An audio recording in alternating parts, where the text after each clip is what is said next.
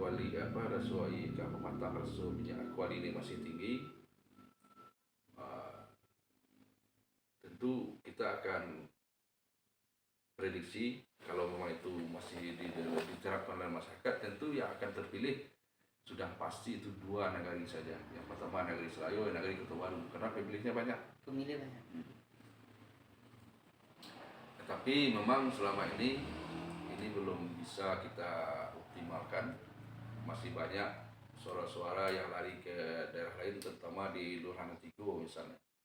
Masih banyak caleg dari Luar Ngantigo yang dapatkan suara di Luar Ngantigo. Nah, tentu harapan kami